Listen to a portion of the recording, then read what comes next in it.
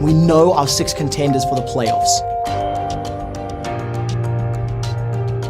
The question is, who is going to join SK Gaming at the top of the table?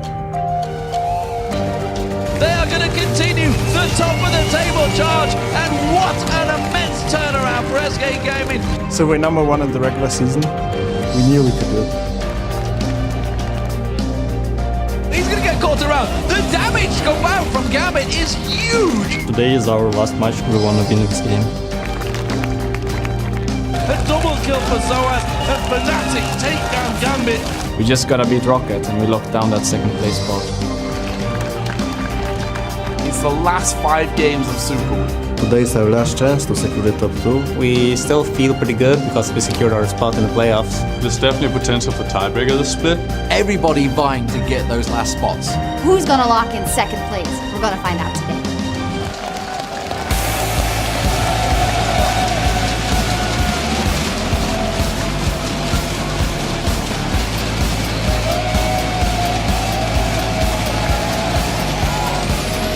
Welcome, ladies and gentlemen, to day 3 of the final Super Week in the European LCS Spring Split. We're coming to you live from our studio here in Cologne, Germany. I'm Joe Millen, and I'm happy to be joined by Trevor Quickshot Henry. And well, with the standings constantly changing and every team showing that they can beat each other, it's been a wild ride. But after today's matches, our standings will be locked and our playoff brackets filled. Yeah, the fact that we won't fully know what those positions are until later in the day really reflects how close the standings are. And the ties that we've had throughout the season really just illustrate how strong all of these teams are and the skill that they're bringing to the Rift. So let's talk about what we do know for sure right now. There's not a lot of it, to be honest. Still everything up in the air. With their 2 wins yesterday, SK Gaming was able to secure the top seed going into the playoffs. Yeah, as a team, they showed patient play. They came back from being behind Superhawk Crew's siege composition. They took a fight and the Baron to earn the first victory on the day. Then from there, the momentum that they gained allowed them to steamroll over the Copenhagen Wolves with a team score of 18-4 and 35. To say that SK Gaming looks anything less than a top-of-the-league team is a flat-out lie. And of course, the top seed in the playoffs gives them an all-important bye directly into the semi-finals, where they'll play the winner of a best-of-3 between the teams that finish in 4th and 5th. Yeah, so let's actually take a look at that playoff bracket. Right now, we know that Fnatic, Alliance, and Rocket can all possibly finish in that 2nd seed position. So at this point, the best Gambit can finish in is 3rd. And the Copenhagen Wolves, they are hoping to climb up to 5th. Another thing that will be decided is whether we have tiebreaker games after our regularly scheduled matches today. The way that tiebreakers work in the LCS breaks down like this.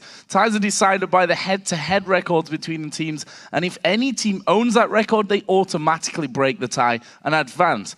But, and here's the funny part, if the head-to-heads are tied, a tiebreaker match must be played to determine the winner. Okay, so in the case of a 2-way tie with a tied head-to-head record, that means 1 additional game will be played. In the case of a 3-way tie, 1 team must own the head-to-head over both of the other teams to advance. If that is not the case, then a single round robin consisting of those 3 teams will be played. If there is no clear ranking of teams after those games, then the teams will be drawn into a single elimination bracket with 1 team getting a bye straight to the finals. Could mean lots and lots more extra awesome games for us today, but let's take a quick look at where our teams currently stand in the rankings. First of all, we know it already. SK Gaming securing that first spot with 17 wins, 10 losses. In second, right now at least, is Fnatic at 16-11. In third comes then Rock at 15-12, and Alliance bring up 4th on 14-12. Next up is Gambit in the 5th position at 14 and 13. The last playoff team is the Copenhagen Wolves. They are 12 and 14. Then we look at Superhawk Crew and Millennium, 10 and 17, 9 and 18. Those 2 spots could be changing depending on how the games play out today. And of course, yesterday's games brought us some hashtag LCS big plays. Here's a look at your top 2 most tweeted about moments. Up first is from the Gambit versus Fnatic game where Edward's Leona stole the Baron. Well, this one comes to us from @GhostReaper, and he says, "Praise the sun! Hashtag LCS big plays, Leona too strong." This was your 2nd most talked about play. Only chance in this game that Spears come through. Dark Bindings will start to land. There's the ultimate coming in. And What? He got it! They got it! Leona picks up the Baron. Edward will go down afterwards. Absolutely crazy stuff to steal that Baron away with the Solar Flare. Our most talked about clip, though, came from Alliance versus Millennium and features J-Reed threading the needle. This one came from @TacosEUW. The J-Reed hook into tabs to get him into Curb's Mega Inferno Bomb was just awesome to watch. This was your #1 LCS big play. We're going to try and close the gap here. It's going to be another overdrive. Power Fist comes in. That's going to be 4 members. They're going to Mega Inferno Bomb comes down. Tabs is taken low. He gets taken down by Connex once again.